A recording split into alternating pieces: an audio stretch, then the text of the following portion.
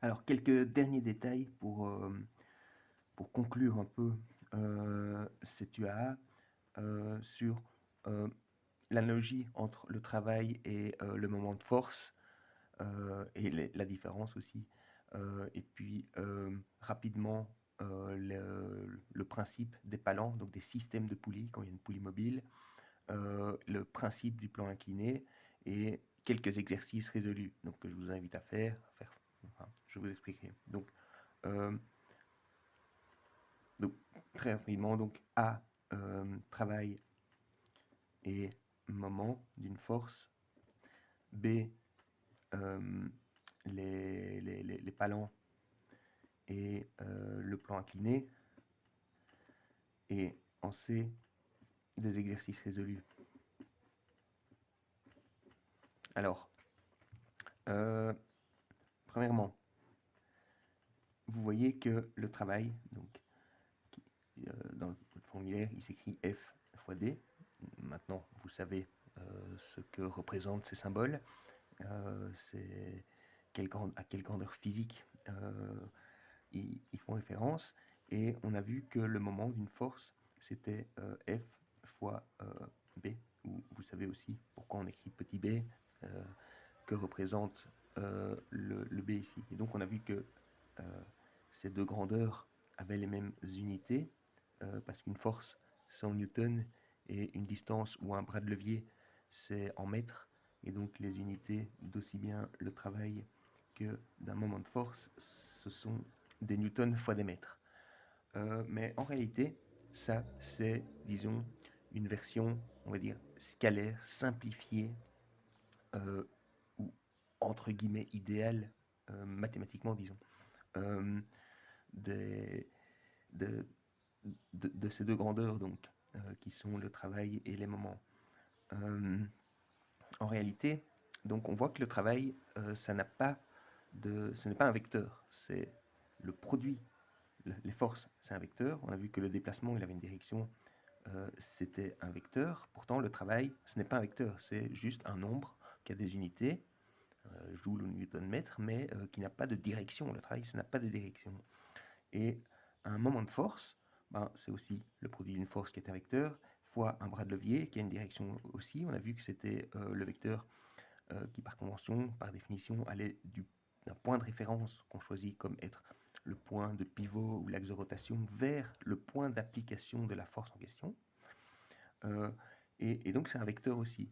Et il se trouve qu'en réalité, le moment de force, c'est un vecteur aussi. J'ai très brièvement évoqué. Mais donc il y a une différence fondamentale ici. Euh, il y a dans le premier cas pour le travail, quand on multiplie la force et le déplacement, ça donne un nombre qui n'est pas un vecteur. Et dans le deuxième cas, quand on multiplie la force et le bras de levier d'une force, ça donne un vecteur. Et donc, en fait, ces points donc, qui- qui sont une multiplication, sont des opérations en réalité qui sont différentes. Dans le premier cas ici, on va avoir un produit qu'on appelle un produit scalaire, c'est-à-dire que quand on multiplie deux vecteurs avec, via le produit scalaire, on obtient un nombre scalaire, c'est-à-dire quelque chose qui n'est pas un vecteur. Et dans le cas du moment, on aura un produit qu'on appelle un produit vectoriel et qu'en général on note par un fois.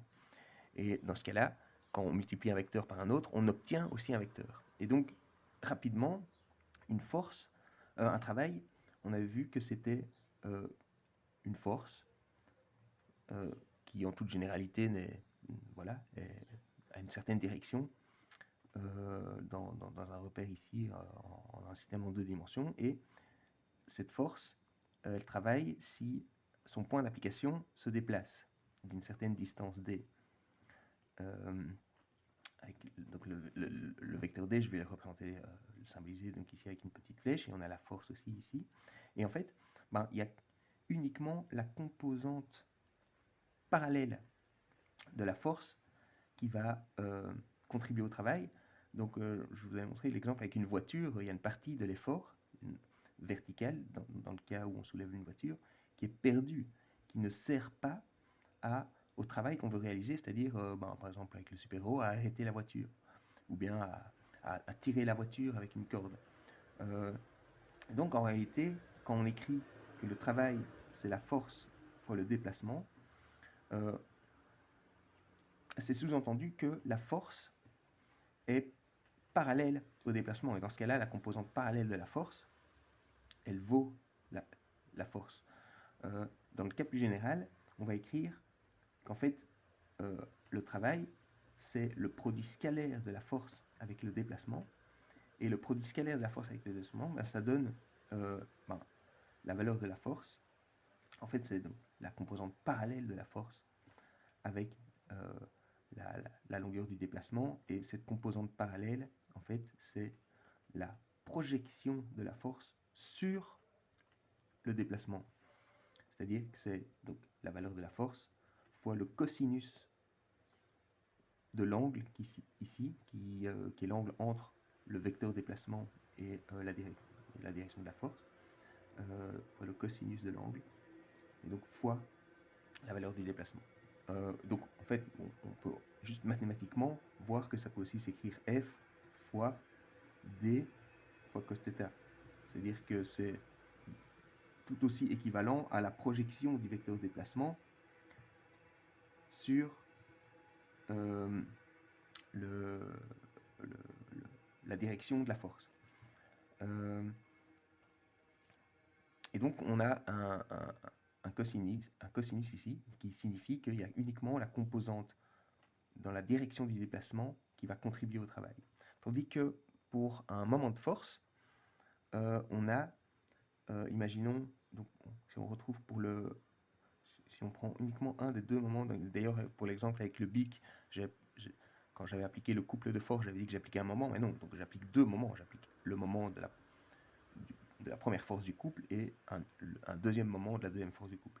Et donc le moment, si on prend le point de référence ici, donc l'axe de rotation, on a donc un bras de levier et puis une force. Et donc dans ce cas-ci, si on se donne un système d'axes X et Y, on a la force qui est selon l'axe Y, l'axe Y, et le bras de levier ici, B, qui est un vecteur aussi donc, qui est selon l'axe X, et cette force qu'on applique perpendiculairement au bras de levier, elle va provoquer une rotation de ce bras de levier, du corps, une rotation autour de l'axe Z. C'est pas une rotation. Vous voyez, donc le système, il tourne autour de l'axe, d'un troisième axe, Z. Il ne tourne pas autour de Y, il ne tourne pas autour d'un axe vertical, il ne tourne pas autour d'un axe horizontal, il tourne autour d'un troisième axe. Et donc, ce moment de force, ça représente en fait cette force rotative, entre guillemets, selon un troisième axe ici, qui est perpendiculaire au plan défini par les deux vecteurs bras de levier et force. Et donc, quand on écrit, donc simplement pour faire l'analogie, imaginez avec le produit scalaire, imaginez une porte, avec le travail plutôt, une porte. Donc on a un mur, oui, enfin on a les gonds et une porte qu'on essaye, sur laquelle on pousse pour ouvrir, on se rend compte que il y a uniquement la composante cette fois-ci perpendiculaire à l'axe de rotation de la porte, ou disons au plan de la porte, qui va contribuer à la faire pivoter sur ses gonds.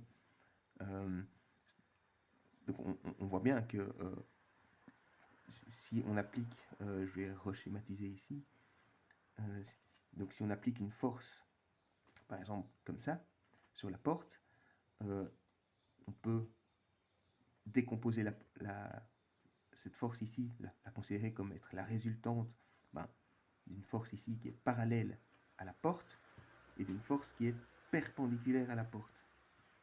Donc la force qu'on applique ici, il y a une composante parallèle et une composante perpendiculaire à la porte, et donc au bras de levier qui sera dans ce plan ici de la porte.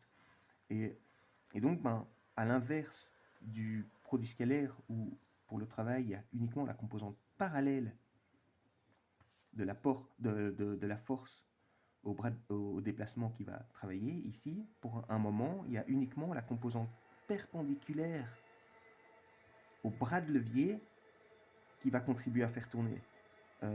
Si on applique une force qui est, vous voyez, par exemple rasante, on va presque pas contribuer à la rotation de la porte. On va surtout faire glisser. Et donc c'est l'inverse pour le produit scalaire. Donc pour le moment, c'est passé avec une petite flèche, parce que c'est un vecteur. C'est donc le produit vectoriel, en réalité, de la force avec son bras de levier.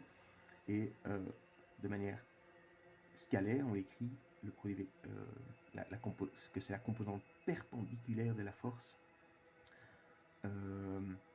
fois le bras de levier.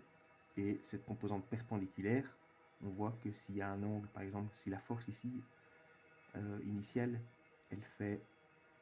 je vais la dessiner ici. Et donc, elle fait un angle...